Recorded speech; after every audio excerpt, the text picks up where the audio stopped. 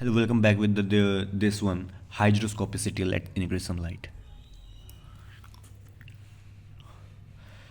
Hydroscopicity is the ability of any powder to absorb the moisture. Basically कोई भी substance होता है जो अपने अंदर कोई भी पाउडर होता है जो अपने अंदर मॉइस्चर को एब्जॉर्ब कर ले अपनी सराउंडिंग से, वो होता है हाइड्रोस्कोपिक.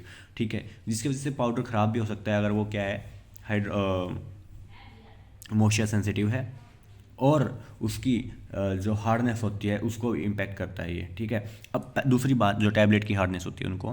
अब दूसरी देखो, सबसे पहले hydroscope is the ability of a drug powder basically to absorb the moisture from its surrounding, become moist and increase their weight. ठीक है, तो अब किसी चीज़ में अगर वाटर कंटेंट बढ़ेगा तो उसका वेट तो बढ़ेगा ही ना. अगर एक खाली सूखा पाउडर है, ड्राई पाउडर है, और एक वेट पाउडर है, तो which one has the more weight if they are in the same concentration, the one which is wet, right?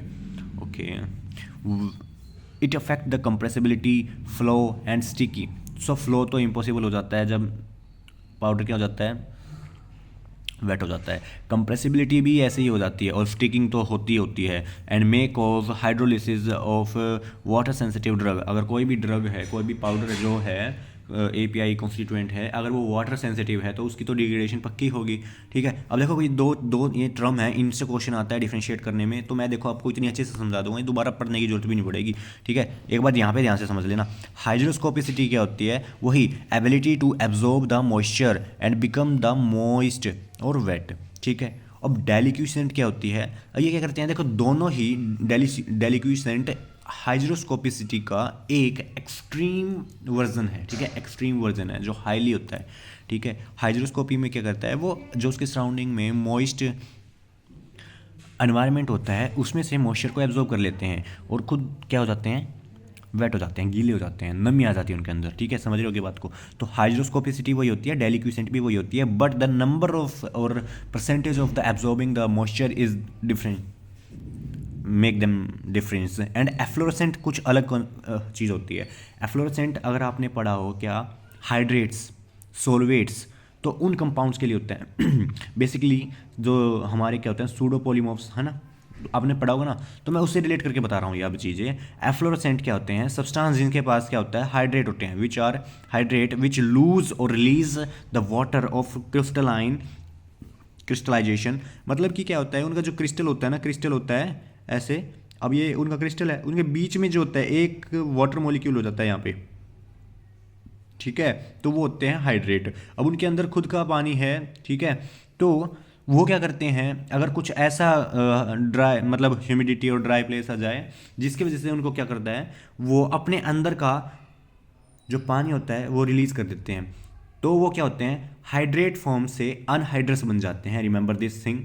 ये क्या कर रहे थे, ये गीले हो रहे थे क्योंकि ये एटमॉस्फेयर से एब्जॉर्ब कर रहे थे, बट ये एटमॉस्फेयर से एब्जॉर्ब नहीं कर रहा है, बल्कि ये रिलीज कर रहा है अपने अंदर से, क्योंकि एनवायरनमेंट की कंडीशन ऐसी है. ठीक है, आप समझ रहे हो मेरी बात? तो ये डिफरेंस है इसमें एफ्लोरेसेंट में. ठीक है, और हाइड्रोस्कोपिसिटी समझ गए होगे, डेलिक्यूसेंट भी समझ गए होगे. अब ये थोड़ा अच्छे से समझाने के लिए मैं आपको देखो एक चीज़ करके दिखाता हूँ. ये दोनों से अलग है. ठीक है ना, सब्सटेंस दो substances which are like hydrates which lose release the water of crystallization. जो उनके क्रिस्टल में जो वाटर होता है ना, उसको रिलीज करते हैं वो किसी ड्राई में, and become the lower hydrate और अनहाइड्रस. देखो वही बात होती है, इन द लो ह्यूमिडिटी और ड्राई प्लेस. ठीक है, जहाँ पे क्या है, ड्राई प्लेस है, लो ह्यूमिडिटी है. अब देखो यहाँ पे क्या है कि क्लासिफिकेशन है, क्वेश्चन इससे भी आता है कि tell me which type of hygroscopic this compound is. So classification and water uptake at the 1 atm 25 degree and 80% of related humidity. Non hygroscopic, अगर उसने क्या है 0 से लेकर 0.12% जो है उसके अंदर क्या है, वाटर एब्जॉर्ब हुआ है. सो ये तो है नहीं. ठीक है, तो वो नॉन हाइड्रोस्कोपिक होगा अगर 0.12% है. अगर 0.12% से 2% तक मॉइस्चर उसने अपटेक ले लिया है, ठीक है, कंज्यूम किया है, तो वो क्या है, स्लाइटली हाइड्रोस्कोपिक है. अब क्या होता है, अगर उसने 2 से लेके 15, मॉडरेट हाइड्रोस्कोपिक या नॉर्मल हाइड्रोस्कोपिक उसको बोल सकते हैं कि भाई हाँ ये हाइड्रोस्कोपिक है. ठीक है, अच्छे तरीके से। बट अगर वो क्या कर ले 15 से ज़्यादा, 15 से ज़्यादा कर ले, 15 से ज़्यादा, तो वो क्या होता है हाईली हाइड्रोस्कोपिक, हाईली हाइड्रोस्कोपिक। और इससे थोड़ा ज़्यादा हो जाए तो वो क्या हो जाते हैं डेलिक्यूसेंट हो जाते हैं। क्या हो जाते हैं डेलिक्यूसेंट। वो भी वाटर को रिलीज़ करते हैं फ्रॉम मतलब एब्जॉर्ब करके एटमॉस्फेयर से, अपने सराउंडिंग से, और रिलीज़ करते हैं। तो उनकी क्या होती है वो एक्सट्रीम स्टेज होती है, ठीक है ना। अब देखो ये भी क्वेश्चन बहुत ज़्यादा इंपॉर्टेंट है, मैं कह रहा हूँ ये तो बहुत ज़्यादा इंपॉर्टेंट है ना, इसमें हर एक चीज़ इतनी अच्छी है ना।